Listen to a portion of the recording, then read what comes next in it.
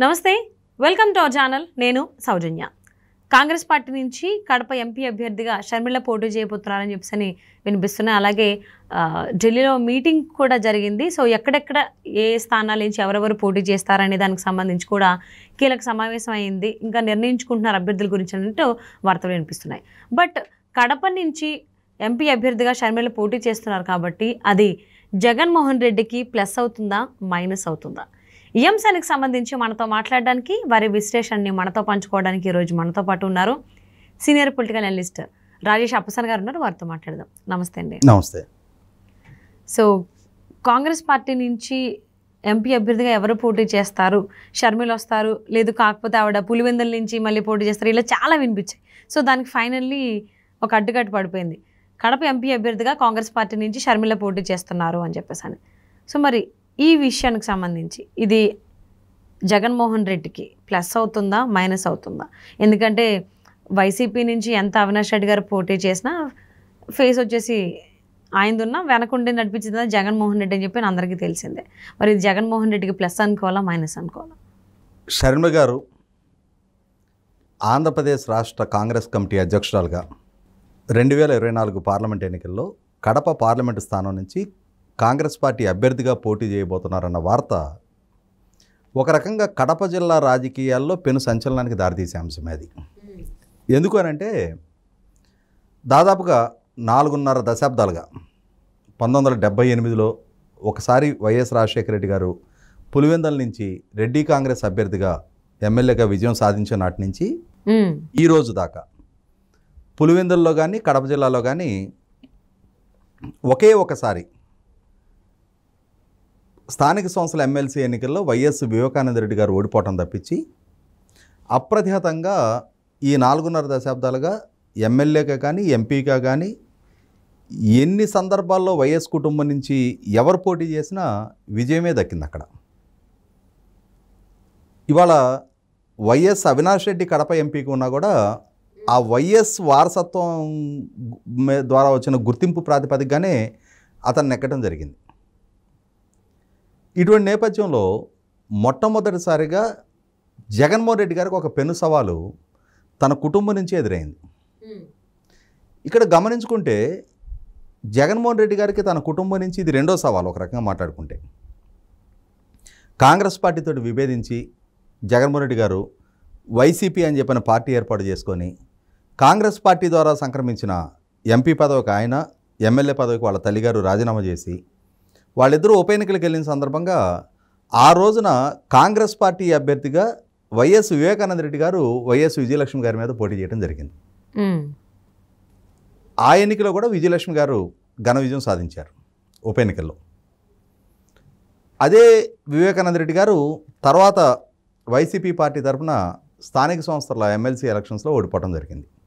అంటే వివేకానంద రెడ్డి గారు ఒకసారి ఎమ్మెల్యేగా ఒకసారి ఎమ్మెల్సీ ఓడిపోయారు. కానీ రాజశేఖర రెడ్డి గారు, విజయలక్ష్మి గారు, జగన్మోహన్ రెడ్డి గారు, అలాగే రాజశేఖర రెడ్డి గారు ఉన్న రోజుల్లో, బతికున్న రోజుల్లో ఎంపీగా ఎమ్మెల్యేగా కంటెస్ట్ చేసిన ప్రతిసారి వివేకానంద రెడ్డి గారు కూడా ఘన విజయం సాధించారు. అంటే ఒక రకంగా 1978 నుంచి ఆ కుటుంబం అప్రతిహతంగా కొనసాగుతున్న ప్రాంతం పులివెందుల, కడప జిల్లా. అటువంటి ప్రాంతంలో ఇప్పుడు రాజశేఖర రెడ్డి గారి కుమార్తెగా ఏ కాంగ్రెస్ పార్టీ నుంచి అయితే రాజశేఖర రెడ్డి గారికి ఆ స్థాయి, హోదా, గౌరవం దక్కాయో అదే కాంగ్రెస్ పార్టీ రాష్ట్ర శాఖ అధ్యక్షురాలుగా షర్మిల గారు ఇవాళ కడప నుంచి పోటీ చేస్తున్నారు. ఇక్కడ ఒకసారి గమనించుకుంటే రాజశేఖర రెడ్డి గారు కూడా 2 సార్లు పిసిసి అధ్యక్షులుగా పనిచేశారు. కానీ ఆ 2 సార్లు ఆయన కూడా తెలుగుదేశం పార్టీ మీద ఓడిపోయి నైతిక బాధ్యతగా పిసిసి అధ్యక్ష పదవికి రాజీనామా చేయాల్సి వచ్చింది. ఇప్పుడు ఆయన కుమార్తె పిసిసి అధ్యక్షురాలుగా ఉన్నారు. కొన్ని ప్రత్యేక పరిస్థితుల్లో ఇప్పుడు ఆమె కడప జిల్లాలో జగన్మోహన్ రెడ్డి గారి నాయకత్వాన్ని సవాల్ చేస్తున్నారు. ఏంటి ఆ ప్రత్యేక పరిస్థితులు అనేది ఖచ్చితంగా మనం విశ్లేషణ చూడాల్సిన అవసరం ఉంది. మొదట కాంగ్రెస్ పార్టీతో విభేదించి బయటకు వచ్చిన జగన్మోహన్ రెడ్డి గారు, తర్వాత ఆయన మీద అక్రమాస్తుల కేసులు నమోదు కావటం, ఆ నమోదైన తర్వాత ఆయన జైలు పాలు కావటం, వరుసపెట్టి ఛార్జ్షీట్లు నమోదవుతూ ఉంటాం, ప్రతి సందర్భంలో బెయిల్ పిటిషన్ రిజెక్ట్ అవుతూ ఉంటాం. ఇవన్నీ మనకందరికీ తెలిసిన చరిత్రే. కానీ ఆ రోజున తన అన్న జైల్లో ఉన్న సందర్భంగా ఆ పార్టీని కాపాడే బాధ్యత భుజానేసుకొని షర్మిల గారు నా అన్న సంధించిన బాణాన్ని నేను అని చెప్పని 3000 కిలోమీటర్లకు పైగా పాదయాత్ర చేసి జగన్మోహన్ రెడ్డి గారి ఆబ్సెన్స్లో జగన్మోహన్ రెడ్డి గారు స్థాపించుకున్న పార్టీకి జవసత్వాలు ఊదారు ఆవిడ. ఈరోజు జగన్మోహన్ రెడ్డి గారి నాయకత్వంలో ఉన్న పార్టీ ఆంధ్రప్రదేశ్ రాష్ట్రంలో అధికారం చేజిక్కించుకున్న జగన్మోహన్ రెడ్డి గారు ముఖ్యమంత్రి గారు కాగలిగినా కూడా ఆ పార్టీ ఎదుర్కొన్న బాలారిష్టాల నేపథ్యంలో ఆ పార్టీ బతికి బట్టగట్టగలిగింది అని అంటే 100% షర్మిల గారే కారణం. ఒక ఆడపిల్లగా ఆమె చేసిన త్యాగమే కారణం. ఆ రోజున శారీరక శ్రమ కోర్చి 3000 కిలోమీటర్ల పైగా పాదయాత్ర చేస్తూ ఎన్ని ఆరోపణలు, దాడులు, ప్రతిదాడులు లాంటి పరిస్థితులు ఎదురైనా కూడా మొక్కవని పట్టుదలతోటి ఆమె కనపరిచిన నాయకత్వ పటిమే ఆ పార్టీని వాళ్ళ ఈ స్థాయిలో నిలబెట్టింది. అయినా సరే జగన్మోహన్ రెడ్డి గారు 2019 ఎన్నికల వరకు తనకు అండగా నిలబడి ప్రచారం చేసిన షర్మిల గారిని తను అధికారం చేజిక్కించుకున్న తర్వాత కానీ లేదు 2019 ఎన్నికల సందర్భంగా కానీ ఆమెకంటూ సరైన ప్రాతినిధ్యం కల్పించలేదు. అధికారం చేజిక్కించుకున్న తర్వాత కూడా ఆమెకు ఇవ్వాల్సిన గుర్తింపు, గౌరవం ఇవ్వలేదనేది వాస్తవం. ఈ నేపథ్యంలోనే గ్రాడ్యువల్గా అన్నా చెల్లెల మధ్య విభేదాలు పొడసూపినాయి. మొదటలో అన్నా చెల్లెల మధ్య విభేదాలు పొడసూపుతున్నాయి అని చెప్పిన వార్తలు బయటకు వచ్చినప్పుడు ప్రజలు పెద్దగా విశ్వసించాల. ఎందుకంటే వాళ్ళిద్దరి మధ్య అటాచ్మెంట్ అట్లా ఉండేది. ఆ అన్న పట్ల అంతటి అనురాగం ఆమె వ్యక్తం చేస్తూ ఉండేది. అంతటి పట్టుదల కనపరిచి ఆమె ఆ అన్న కోసం రెస్క్యూకి రావడం జరిగింది. అటువంటి షర్మిల గారు అన్నతోటి ఎందుకు విభేదిస్తుందిలే అని చెప్పని సగటు ఆంధ్రప్రదేశ్ పౌరుడు భావించాడు. కానీ వాస్తవ రూపంగానే ఆమె అన్నతోటి విభేదించడం, చివరికి వాళ్ళ పీసీసీ అధ్యక్షురాలుగా బాధ్యత చేపట్టి తన అన్నకి రాజకీయ ప్రత్యర్థిగా ఇవాళ అక్కడున్న తెలుగుదేశం పార్టీ, జనసేన, భారతీయ జనతా పార్టీతో పాటుగా కమ్యూనిస్ట్ పార్టీలతో పాటుగా ఒక రకంగా కాంగ్రెస్ పార్టీ ఆంధ్రప్రదేశ్ రాష్ట్రంలో 2014 తర్వాత తన ఉనికిని కోల్పోయింది. ఆ కోల్పోయిన కాంగ్రెస్ పార్టీకి మళ్ళీ తిరిగి పునరుజ్జీవనం చేయడం కోసం ఒక గురుతర బాధ్యత తలకెత్తుకొని ఆమె తన రాజకీయ మనుగడ, తను ఎంపిక చేసుకున్న కాంగ్రెస్ పార్టీ మనుగడ కోసం ఫైట్ చేస్తూ ఉంది. ఇటువంటి సందర్భంలో తన కుటుంబంలో సంభవించిన వివేకానంద రెడ్డి గారి హత్య, ఆ హత్య కేసు అసలు దోషులు ఎవరు అని చెప్పని సిబిఐ ఎవరినైతే నిర్ధారణ చేస్తూ ఉందో ఆ నిర్ధారణ చేసి ఛార్జ్షీట్లు ఫైల్ అయ్యి అక్యూజ్డ్ నెంబర్ 8గా ఉన్న అవినాష్ రెడ్డి అసలు హత్యకి సూత్రధారి అని చెప్పిన ఆరోపణ ఎదుర్కొంటున్న అవినాష్ రెడ్డి ఇవాళ కడప ఎంపీగా మళ్ళీ 3వ సారి అక్కడ పోటీ చేస్తున్న నేపథ్యంలో అతనికి అండదండలు అందిస్తున్న జగన్మోహన్ రెడ్డి గారు, అతన్ని నిర్దోషిగా చిత్రీకరిస్తున్న జగన్మోహన్ రెడ్డి గారు, ఈ రోజుకి జరిగిన హత్య కేసు వాస్తవాలను వక్రీకరించే ప్రయత్నం చేస్తున్న జగన్మోహన్ రెడ్డి గారి పట్ల ఒక రకంగా పోరాట పందానే శర్మ గారు ఎంచుకున్నారు. ఆయన మీద ప్రచ్ఛన్న పోరాటానికి ఆమె సిద్ధమయ్యారు. ఇటువంటి నేపథ్యంలో కాంగ్రెస్ పార్టీ తరఫున ఆ అవినాష్ రెడ్డిని, జగన్మోహన్ రెడ్డి గారిని సవాల్ చేస్తూ శర్మ గారు వాళ్ళ పోటీకి సిద్ధపడుతున్నారు.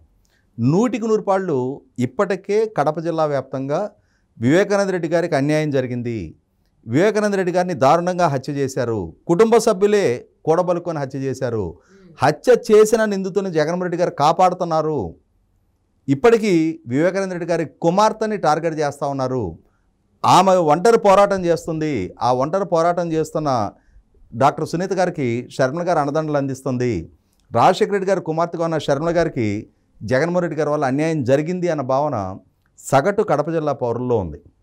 ఇటువంటి నేపథ్యంలో 100% ఎవరెవరైతే రాజశేఖర రెడ్డి గారు అభిమానులుగా ఉన్నాళ్ళు ఉన్నారో వాళ్ళకి జగన్మోహన్ రెడ్డి గారి వైఖరి ఏ క్వశ్చన్ నచ్చట్లా.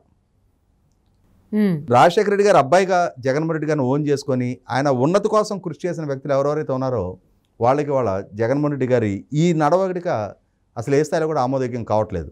ఇటువంటి పరిస్థితుల్లో వాళ్ళందరూ కూడా శర్మ గారికి ఆశీస్సులు అందివ్వడానికి సిద్ధంగా ఉన్నారు. ఇటువంటి పరిస్థితుల్లో శర్మ గారు ఇప్పుడు ఎంపీగా పోటీ చేయాలని చెప్పని సంసిద్ధత వ్యక్తం చేయటం, కాంగ్రెస్ పార్టీ తరఫున ఎంపీగా పోటీ చేయటం, ఆమె నాయకత్వంలో కాంగ్రెస్ పార్టీ రాష్ట్ర వ్యాప్తంగా ఏ ప్రభావం చూపుతుందో చెప్పలేం. కానీ కడప జిల్లాలో మాత్రం కడప ఎంపీ అభ్యర్థిగా పోటీ చేస్తున్న శర్మ గారు ఖచ్చితంగా తనదైన ముద్ర, రాజశేఖర రెడ్డి గారి కుమార్తెగా కడప జిల్లాలో సుదీర్ఘకాలం నుంచి ఆ లెగసీ, రాజశేఖర రెడ్డి గారి కుటుంబ లెగసీ ఏదైతే ఉందో దానికి నేను అసలు సిసలు వారసురాలని అని చెప్పి ఆమె క్లెయిమ్ చేసుకుంటున్న తీరు, ఆమె ప్రదర్శించిన పోరాట పంద నేను అనుకోవటం బహుశా భారతదేశ రాజకీయ చరిత్రలోనే 2 సార్లు 3,000 కిలోమీటర్ల పైగా పాదయాత్ర చేసిన ఏకైక మహిళా నాయకురాలు షర్మిల గారు. బహుశా రాహుల్ గాంధీ గారు ఆయన 3,500 కిలోమీటర్ల పాదయాత్ర భారత్ జోడో యాత్రలో చేయటం, తర్వాత రెండోది భారత న్యాయయాత్ర పేరిట ఇప్పుడు ఆయన పూర్తిస్థాయి పాదయాత్రగా చేసింది.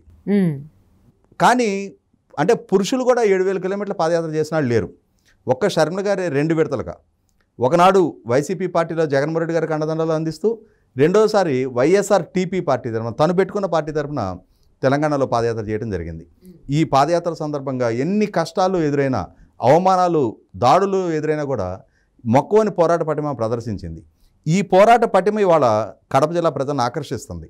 అదే సందర్భంలో అన్నతోటి రాజీ లేని పోరాట పందా ఎంచుకోవటం, అన్న పాలనలో ఉన్న లోపాలని ఎత్తి చూపుతూ ఉంటాం, సూటిగా స్పష్టంగా ప్రశ్నిస్తున్న తీరు ఖచ్చితంగా ఆమెకంటూ కొంత క్రెడిబిలిటీ ఎస్టాబ్లిష్ చేస్తున్నాయి. ఇటువంటి పరిస్థితుల్లో జగన్మోహన్ రెడ్డి గారి వైఖరి నచ్చినా నచ్చకపోయినా ఇప్పటివరకు రాజశేఖర రెడ్డి గారి అబ్బాయిగా అతను ఓన్ చేసుకుని ఉన్న చాలామంది ఇప్పుడు షర్మిల గారిని ఓన్ చేసుకోవడానికి సిద్ధంగా ఉన్నారు. ఖచ్చితంగా ఇది కాంగ్రెస్ పార్టీ తరపున వైసీపీ పార్టీకి ఒక థ్రెట్గా మారటం ఖాయం. 100కి 100 పాళ్ళు రాబోతున్న ఎన్నికలు అటు అవినాష్ రెడ్డికైనా జగన్మోహన్ రెడ్డి గారికైనా కడప జిల్లాలో ఒక పెను ముప్పు తెచ్చే దిశగానే షర్మిల గారి పోటీ, ఆ ప్రస్థానం 100కి 100 పాళ్ళు ఆమె రాజకీయ ప్రస్థానం అనేది ఖచ్చితంగా వైసీపీ పార్టీకి కడప జిల్లాలో పునాదులు కదిలించే దిశగానే ఉంటుంది. ఆమె బలమైన ప్రభావం చూపడం ఖాయం. అంటే కడప జిల్లా నుంచి షర్మిల గారు పోటీ చేస్తున్నారు అనే దగ్గర నుంచే అక్కడ పోటీ అనేది చాలా రసవత్తరంగా మారబోతుంది అనేది అర్థమవుతుంది. ఇప్పటి వరకు ఎవరు అనేది తెలియదు కాబట్టి డైలమాలో ఉండేవాళ్ళు. సో ఇప్పుడు షర్మిల గారు అని చెప్పేసి క్లారిటీ వచ్చింది కాబట్టి పోటీ అనేది ఏ ఏ పార్టీల మధ్యన ఉండేటువంటి అవకాశం ఎక్కువగా ఉంది అంటారు? అంటే ఒకటి వాస్తవం, ఇప్పుడు అక్కడ క్యాడర్ పరంగా కాంగ్రెస్ పార్టీ 0. రాజశేఖర రెడ్డి గారి అభిమానులు షర్మిల గారిని అభిమానించే ఇవాళ వైసీపీ పార్టీతో ఇంటాక్ట్గా ఉన్న శ్రేణులు మొత్తం పూర్వ కాంగ్రెస్ శ్రేణులే. వాళ్ళు ఎంత స్థాయిలో కాంగ్రెస్ పార్టీని మళ్ళీ తిరిగి ఆదరించడానికి సిద్ధపడతారనేది ఒకటి. సహజంగా తెలుగుదేశం పార్టీ అక్కడ పోటీ ఇవ్వగలిగే స్థాయిలో ఉంది. ఇటువంటి పరిస్థితుల్లో ఖచ్చితంగా షర్మిల గారు వైసీపీ పార్టీ నుంచి ఎంత స్థాయిలో ఓటు బ్యాంకు చీల్చుకోగలిగితే అంత స్థాయిలో అది తెలుగుదేశం పార్టీకి అడ్వాంటేజ్గా మారడానికి ఆస్కారం ఉంది. లేదు ఇవాళ శత్రు మిత్రుడు అన్నట్టుగా జగన్మోహన్ రెడ్డి గారి అభ్యర్థిగా ఉన్న అవినాష్ రెడ్డిని ఓడించడమే లక్ష్యంగా కనుక తెలుగుదేశం శ్రేణులు కూడా భావించిన పక్షంలో అవసరమైతే తెలుగుదేశం శ్రేణులు కూడా షర్మిల గారిని ఓన్ చేసుకొని ఓటు ట్రాన్స్ఫర్ అంటే ఎంపీ అభ్యర్థికి ఆమె గనక క్రాస్ అవుట్ చేసిన పక్షంలో షర్మిల గారు గెలిచిన ఆశ్చర్యం లేదు. ఓకే, సో మరి రాబోయేటువంటి ఎన్నికల్లో కాంగ్రెస్ పార్టీ నుంచి కడప ఎంపీగా షర్మిల పోటీ చేయబోతున్నారు. మరి ఆవిడ ఎంతవరకు ప్రభావం చూపిస్తారు, ఏంటి, ఎంతవరకు ఓట్లను చీల్స్తారో చూద్దామండి. And thank you so much for spending your valuable time with Rajesh గారు.